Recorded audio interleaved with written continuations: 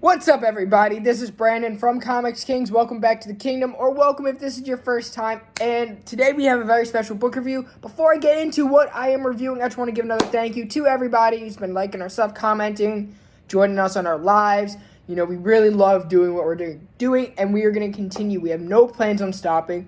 We're only going to get bigger. So if you guys want us to keep growing, keep creating new content, shout us out, share our stuff with your friends, share some.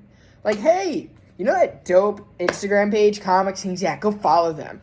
You know, that's kind of stuff that we really appreciate as well as everything else, and that's how we are going to be able to continue, okay? So please if you guys like our stuff, share your favorite video, share your favorite post. Thank you guys so much. Today, actually, I will be reviewing Civil War, one of my favorite books of all time by Mark Millar and Steve McNiven, also turned into one of my favorite movies of all time.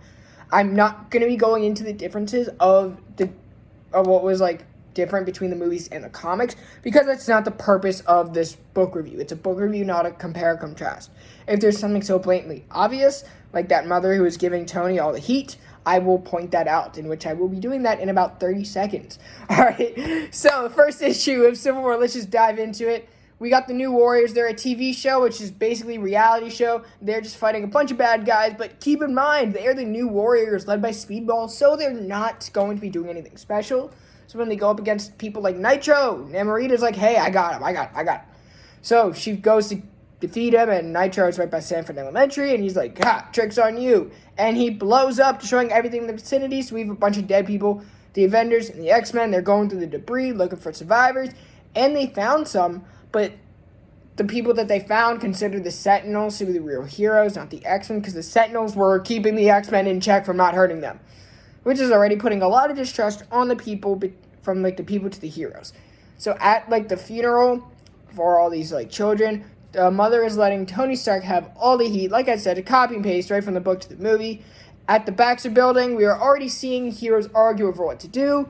They are going to submit to the government or keep their identity hidden. What is it? What are they going to do? Go rogue or submit? Over on the S.H.I.E.L.D. helicarrier, Commander Hill is telling Captain America that if heroes don't sign the Superhuman Registration Act, they will be brought down. Okay, so Cap is getting in defense mode as some S.H.I.E.L.D. agents go to confront him, and he's basically fighting them, and he escapes. Then the Watcher shows up at the Baxter Building, which basically means shit's going down. Anytime the Watcher shows up in a Marvel comic, you know some next level shit is about to happen. Iron Man tells the president to push the Superhuman Registration Act, and he himself will deal with Captain America and his rogues. Okay, so issue 2, we got the Grim Reaper and the Vulture. They are caught. They are tied up to a pole, which means Cap got to them first before Iron Man and his team, and he wasn't alone. So we see Captain America still being the hero, but this time on, like, a much more low-key level. At the Baxter Building, Reed is working on something big, while Sue comes down to check on him, asks him about the disc with the number 42 on it, which Reed says it's private. Sue's like, I'm going to see Johnny at the hospital, you know, and then Reed's like, okay, I don't care. He's like, doesn't even give him the light of day. That's his brother-in-law, member of his family. He doesn't even care to see Johnny. You know what? Fuck Reed. He's like being a dick. Fuck Reed Richards. S.H.I.E.L.D. arrested the Young Avengers, and Captain America and his team intercept them and then bring the Young Avengers to the secret hideout, which is an old S.H.I.E.L.D. hideout. Okay? On the news, Tony is introducing heroes as their real identities, starting with Spider-Man. So Spider-Man reveals his identity, and then James Jonah Jameson just lowers his head, kind of like, oh shit, I was wrong. And then we're going into issue 3. Reed Richards goes to Wakanda to ask Black Panther for aid in hunting down Captain America. Black Panther refuses. Iron Man asks Emma Frost for the X-Men's aid, and she refuses because when Genosha died, the Avengers were not there. We see Cap and his team are in disguise at a restaurant. We are at one of the biggest moments in this book, because this is where Cap and his team get a distress call at the chemical plant in the negative zone. So they all show up there, but it's a trap set by Iron Man, okay? If you guys have seen this panel from the video game Ultimate Alliance 2, or there's a very iconic moment in this book, okay? Iron Man offers Cap and his team a chance to surrender peacefully and hear his vision for the future. Cap accepts. He goes to shake Tony's hand and plants an EMP, which ignites a big battle. Basically, these two sides are just going at it in this awesome sequence. We got Yellow Jacket and Goliath, they're going toe-to-toe. We got Spider-Man and Captain America fighting, which we got to see in the movie. That was another copy and paste. Iron Man, he removes the EMP and he recovers from it, and then him and Cap are getting into it. Hercules goes to help Cap deal with Iron Man, and then this Thor shows up, okay?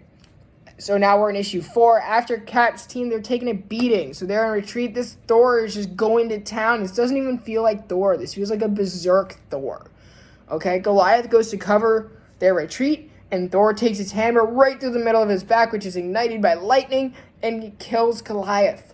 So Sue Storm turns over to the other side and covers their escape from this Thor. This Thor that felt foreign was made by Reed Richards, so now Sue is just so angry, so heartbroken at him.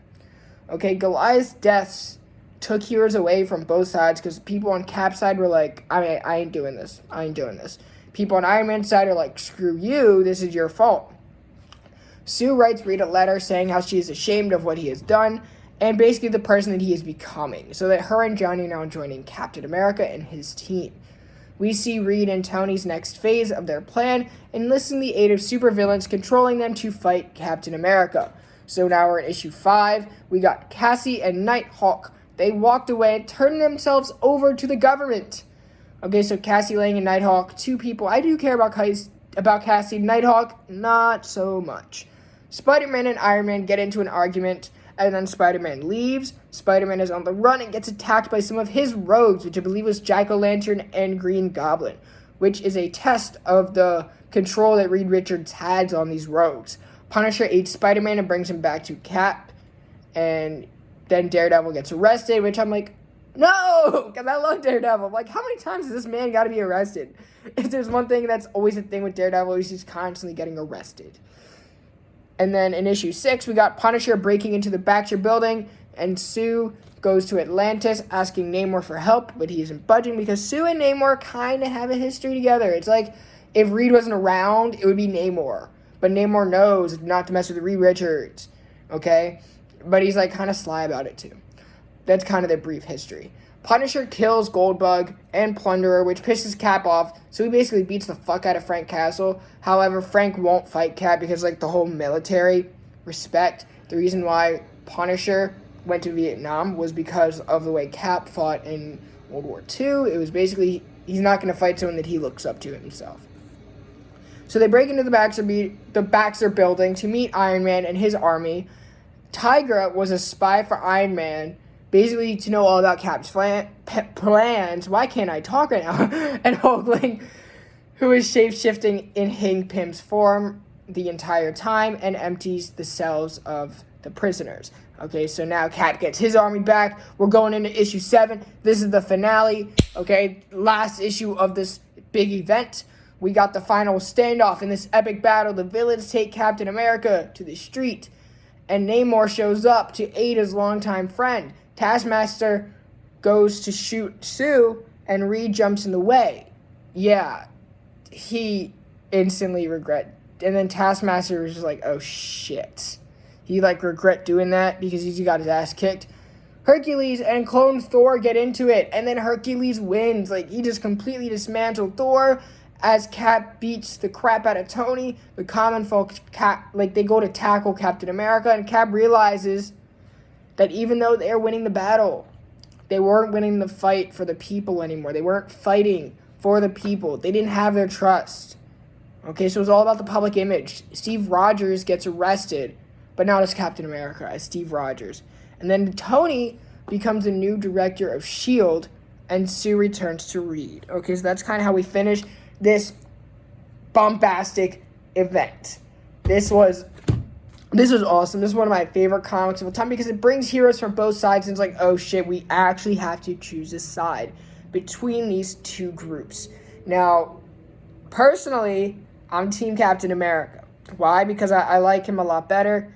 He's a much better leader, in my opinion, than Iron Man, and he's someone that is very easy. He's much easier to look up to than Tony Stark. Again, the art in this book was amazing. The storytelling was amazing. The only thing I would change was don't kill Goliath. Kill somebody else. don't kill Goliath. I get it, you have to kill someone that we care about, but not super relevant to the story. But the fact that we don't get many people like Goliath, and the fact that we don't get a lot of members from the African-American community, don't kill Goliath. Kill somebody else, okay? Kill somebody else that, again, we would kind of feel for, but not completely. That was just my biggest thing, was don't do that to Goliath. Do it to somebody else, because Goliath has had growth over the years. He just haven't had enough growth. Like, people started to touch on him, and then it's like, oh, never mind. I would prefer somebody else, maybe Hercules, even though he was kind of relevant to the end of the story, or Tigra, maybe kill Tigra, but don't leave Black Goliath alone. Anyway, that was my only critique for the book. I loved it. You guys should definitely pick it up. It is not like the movie. It is much better than the movie, in my opinion. But yes, the same theme is there, but it's handled in a completely different manner. Okay? But anyway, go check that out if you haven't already. This is Brandon, 1/3 of the Comics Kings. I'll catch you guys next time. Hope you guys enjoyed this review. Make sure you guys check out our other shows. We got Future Past coming out soon. We got another episode of Pitch coming out soon. And we got some more Creators Corner information coming to you guys. I will see you guys next time.